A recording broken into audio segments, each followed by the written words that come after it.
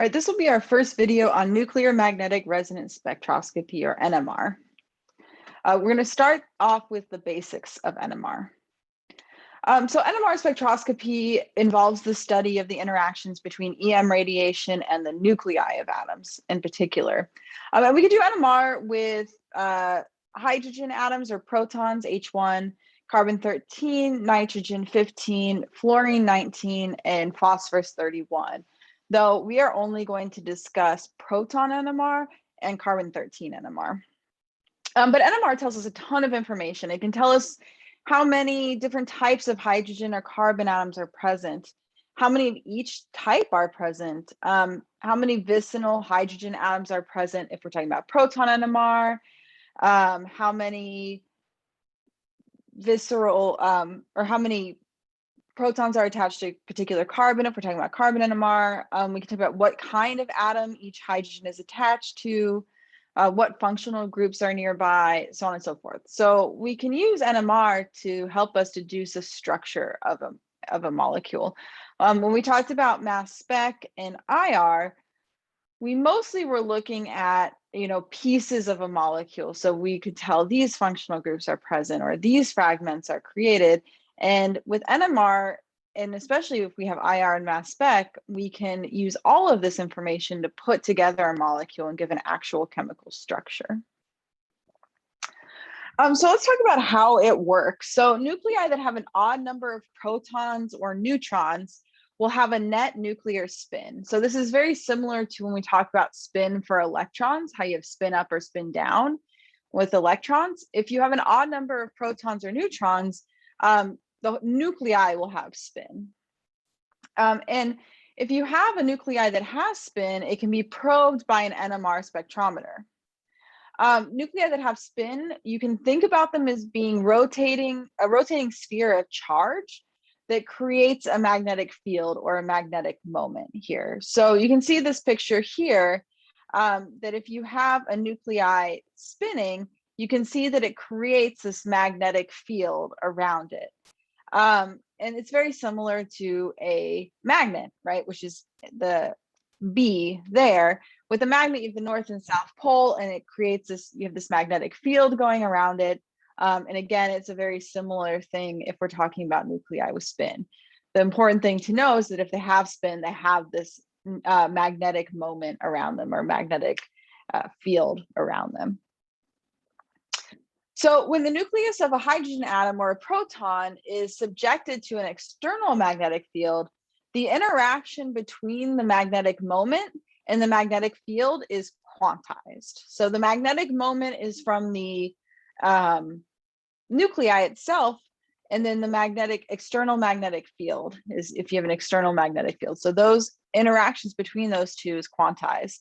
So what will happen is if you have protons just normally, and you can see that here in this picture A, they will all have a magnetic field or magnetic moment, but it'll all be going in different directions, as you can see. So it's kind of just random. But if you apply an external magnetic field, what will happen is the spins will align, or so all the nuclei will align, and the nuclei will either align with the field here, so you can see that that's called alpha spin, or against the field, which is called beta spin. So again, if you have no magnetic field, no external magnetic field, the nuclei do have their magnetic moment, but they're just kind of, it's all going in different directions. But then once you apply the external magnetic field, the nuclei all align either with the external magnetic field or against the external magnetic field. And the two spin states don't have equivalent energy. So the beta spin state, when you're going against the external magnetic field, is higher in energy than the alpha spin state. And this difference between the two spin states is quantifiable.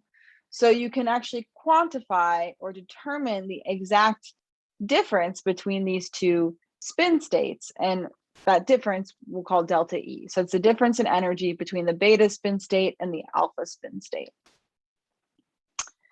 So when a nuclei is occupying the alpha spin state, when that nuclei is exposed to a photon that has an energy equal to delta E, So the photon's energy is equal to the difference in energy between the alpha spin state and the beta spin state. So when you have that photon that has the energy delta E, that alpha, the nuclei that is in the alpha spin state can absorb that photon, and the spin will flip the nucleus to the beta spin state. So you have this nucleus in the alpha spin state. It absorbs a photon with energy equal to delta E, and then that causes what we call a spin flip. So the nuclei that's here will be excited up to the beta spin state, and its spin will flip. So now it will be against the external magnetic field. So this is very, very, very, very similar to when we talked about other types of spectroscopy, like atomic absorption spectroscopy, right? We talk about that in Gen Chem, where you have an electron that's in an orbital, and if you that electron can absorb a photon with a certain amount of energy, and if that energy is the right amount of energy, it can excite that electron to a new higher energy state. So it's the same thing going on here, but instead of talking about electrons, we're talking about nuclei. And in this case, if we're talking about a hydrogen atom, we're talking about a proton here. So that proton absorbs that photon's energy, if that photon is energy is equal to delta E, and it promotes that nuclei now to the higher energy spin state. Now, this delta E here, the energy difference between the alpha and beta spin states, is usually within the radio frequency region of the EM spectrum, or we call that RF, so radio frequency. So this is a very different region of the EM spectrum than we've discussed so far. We talked about, in general chemistry, visible light spectroscopy. We've talked about infrared spectroscopy. There's also UV spectroscopy, or UV-vis, so that's ultraviolet and visible spectroscopy. NMR uses the radio frequency region of the EM spectrum. So still spectroscopy, but we're just looking at a different region of the spectrum.